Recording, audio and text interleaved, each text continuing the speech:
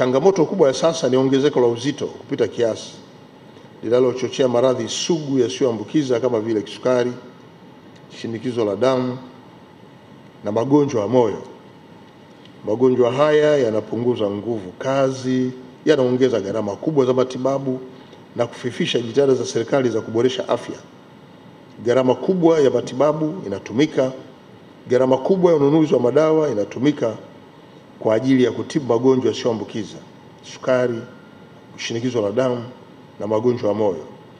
Swala hili linahitaji hatua madhubuti na mshikamano wa wadau wote kupitia mijadala na mipango ya pamoja. Na mimi nataka niwashauri nyie kama maafisa mnaoshughulikia masuala ya lishe, tusishughulike na chakula pekee. Twende tukahamasishe pia watu kuwa na mifumo rahisi ya kuishi kwa kufanya mazoezi ya viungo. Nenda muandae angalau mara moja kwa wiki. Ile inaitwa marathon. Tengenezeni tu marathon hapo wilaya. Tafuta jina lolote tu marathon. Tafuta jina lolote lile, weka na neno marathon. Waite pamoja wananchi wote. Waruhusu wanaweza kukimbia wakimbie. Wasioweza kukimbia watembee kwenye umbali tofauti. Sio lazima afike mwisho. Lakini wewe sema tutatembea kutoka hapa, tutapita huko, tutarudi tena hapa. Basi wale waliokimbia walifanya vizuri, wape zawadi kidogo kama motisha. Ukiwaita tena watakuja wote. Hii itasaidia angalau mara moja kwa wiki. Tutaendelea kuhakikisha wadau wa sekta zote zilizoainishwa katika mpango jumuishi wa masuala ya lishe wanaendelea kutekeleza majukumu yao, lakini pia wizara zote zinaingiza masuala ya lishe katika mipango ya kibajeti kila mwaka. Aidha, ofisi ya Waziri Mkuu itaendelea kuratibu, kufuatilia na kutathmini kwa pamoja na kuhakikisha kuwa mara kwa mara tunakutanisha wadau kujadili maendeleo ya afya ya lishe nchini.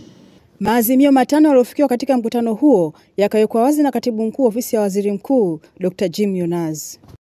Serikali kwa kushirikiana na wadau wa lishe kutafuta njia bunifu na endelevu za kukusanya fedha hususan za ndani kwa ajili ya utekelezaji wa mipango na afua za lishe nchini.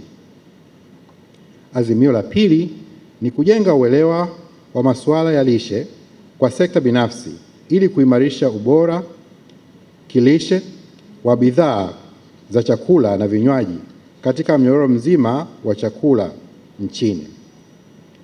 Azimio la tatu ni kuongeza matumizi ya teknolojia katika kurahisisha upatikanaji wa taarifa za lishe ili kuongeza uwajibikaji katika ngazi zote. Azimio la nne ni kuhamasisha ushiriki wa jamii hususan familia katika kuchagiza mabadiliko ya kijamii na tabia kupambana na utapiamlo. Azimio la tano ni kuanza maandalizi ya mpango jumuishi wa kitaifa wa lishe wa 3.